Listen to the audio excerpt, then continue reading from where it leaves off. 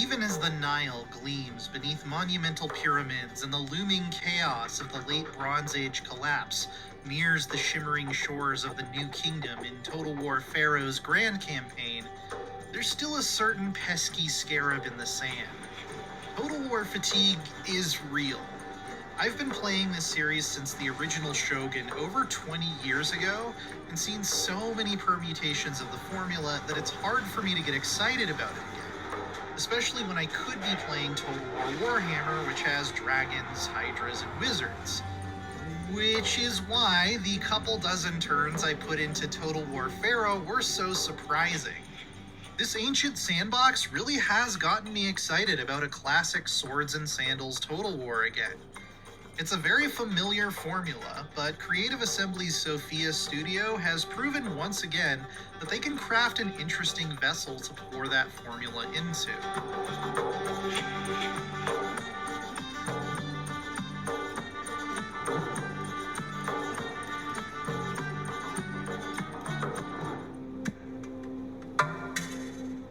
I think it's safe to say that Pharaoh has the most campaign mechanics we have ever seen in this series to date. It's almost dizzying to come to grips with it all, though thankfully each was introduced to me a little bit at a time. Where do I even start? As I took control of Ramses, not yet known by his royal title Ramses III, as I had not taken the throne yet, the first thing I noticed was that inhabited locations on the map have been split up into 3 different levels. We have major and minor settlements comprising a region that you're probably used to if you've played other Total Wars, but around each of these are slots for outposts, which are sort of like an extra set of building slots, except that each one exists at a distinct physical location that can be quite far from the settlement they're supporting. I ended up really digging this extra layer of granularity. For one thing, it reflects how the pre-industrial world often looked. Villages surround a town, and towns often surround a central city. It also makes a lot of sense for a region like the Nile, where almost all of the agricultural and economic activity is concentrated around a very narrow strip. Outposts let you build something productive, like a fortified way station, a bit further from the banks, so that part of the map doesn't feel so dead and useless. It's also another layer of customization for specializing specific regions to serve specific roles. It's not just the Nile we're concerned with, though. The south end of the map extends all the way into the historical region of Napata, deep in modern-day Sudan, in what was called the Kingdom of Kush. It stops just before the 5th cataract of the Nile, excluding the ancient city of Meroe by about a stone's throw. Heading north, the playable area also encompasses the modern region of the Levant and the south-central portion of Anatolia. Notably, the northern and western coasts of modern-day Turkey are not accessible, but do factor in as the locations from which the Sea Peoples will eventually attack.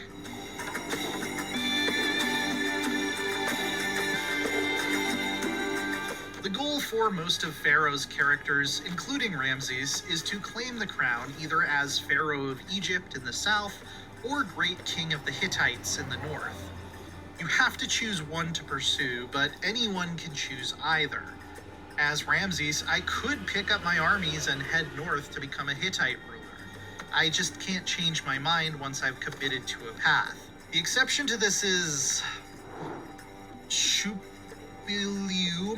a name I'm sure I'm going to butcher the pronunciation of, who begins as Great King of the Hittites and has to defend his precarious position. In Egypt's case, the reigning pharaoh at the start is Merneptah, who is not playable. Instead, we get to pick from one of 4 promising successors, or look to invade as an interloper from Canaan.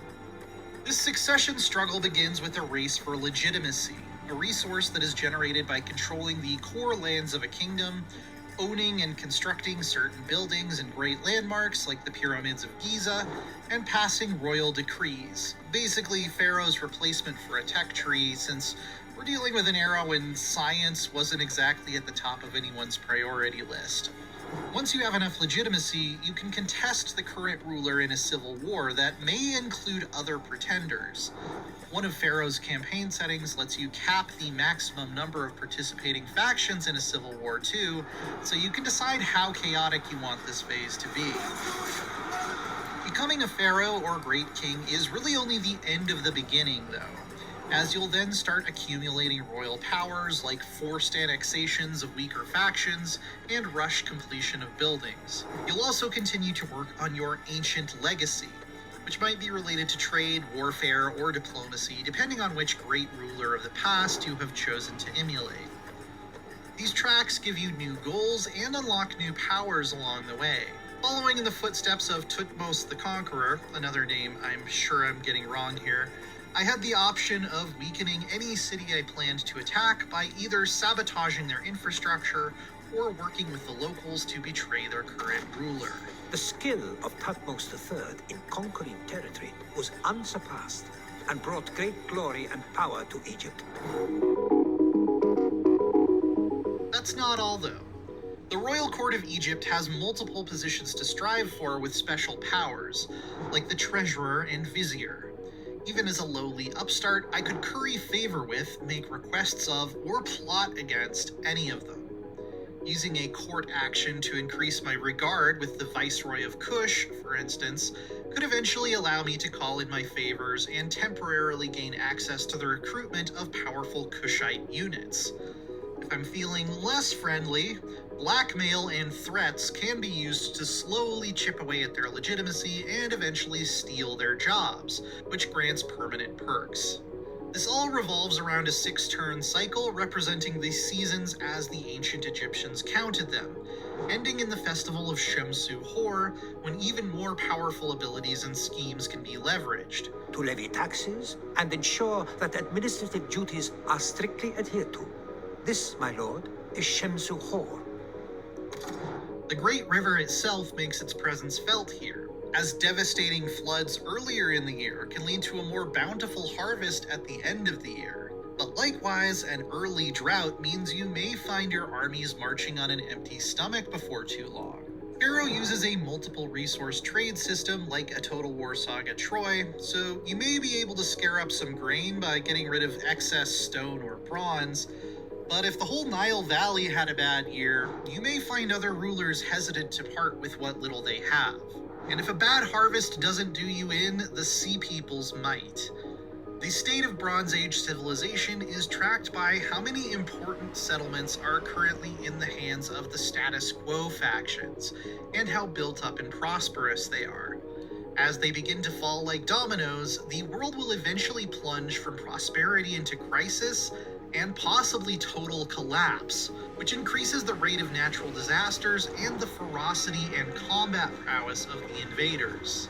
Death to the Canaanites! Even if Egypt holds strong, a crumbling Hittite empire could spell dark days ahead for the Nile Valley. Trade opportunities will dry up too. Egypt doesn't produce a lot of wood, and if the Hittites are overrun, the new masters of Anatolia might be much less willing to trade it. Sitting above it all are the gods of Egypt, Canaan, and the Hittites, of which you can eventually choose to worship 3. They don't all have to be from the same pantheon either. As long as you own a region where a particular deity is worshipped, they are up for grabs. Each of these organized cults has their own shrines and prayer bonuses, as well as the option to devote a general to a specific god and unlock battlefield perks, or penalties if the troops believe your devotion has wavered. As Ramses, Ra was my main sun daddy, granting happiness, reduced labor costs, and sturdier armor in battle. Bowman, fire! And that last bit is especially useful since armor degrades in Pharaoh, one of the biggest shakeups to the battle side of things. Even heavily clad spearmen who have been in combat for a long time will start to lose the benefits of their bronze adornments, and some units like clubmen will dent and demolish armor faster than others. I often use this to my advantage, as the Egyptian troops tend to be swift and lightly armored, so they don't lose as much defense as the battle rages on. Sometimes it worked against me, though. You can see here that I sent these medium armored javelin troops to the front to skirmish with the enemy. That's what you do with javelins, right? But it turned out, because of their weight class, they could be completely overrun by my enemy's light infantry. These weight and speed considerations have drastically altered how I play my battles. I didn't always have the option of safely retreating my missile troops behind my sturdy front line after a few exchanges, so I had to find a different role for them. And the possibility of inclement weather can change this calculation further. Total War Pharaoh is taking shape as an almost overwhelmingly rich campaign experience, with a couple little twists that even keep the familiar-looking battles interesting. I look forward to seeing how far I can push my legacy, and if I can hold back the oncoming tides of doom this October. I will end you savages!